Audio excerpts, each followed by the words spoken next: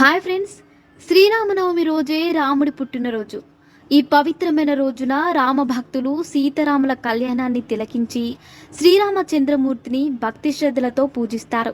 ఈ సందర్భంగా శ్రీరామునికి ఇష్టమైన నైవేద్యాలను సమర్పించి పూజిస్తారు. అయితే ఈ పండుగ రోజున శ్రీరాముడికి నైవేద్యంగా పానకం, వడపప్పు ప్రత్యేకంగా తయారు చేస్తారు. వాటిని నైవేద్యంగా ఎందుకు సమర్పిస్తారో ఇప్పుడు తెలుసుకుందాం. శ్రీరామచంద్రుడికి బెల్లం అంటే చాలా ఇష్టమని పండితులు చెబుతున్నారు.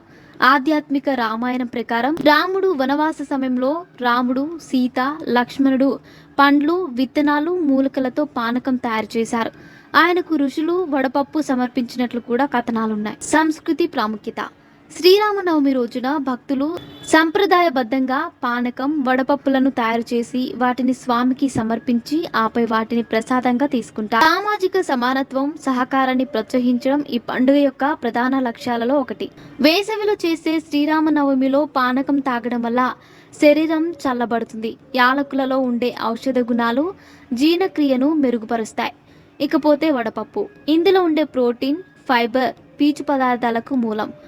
పప్పు తినడం వలన రోగనిరోధక శక్తి పెరుగుతుంది. మరిన్ని ఇంట్రెస్టింగ్ అప్డేట్స్ కోసం మా ఛానల్ని సబ్స్క్రైబ్ చేసుకోండి.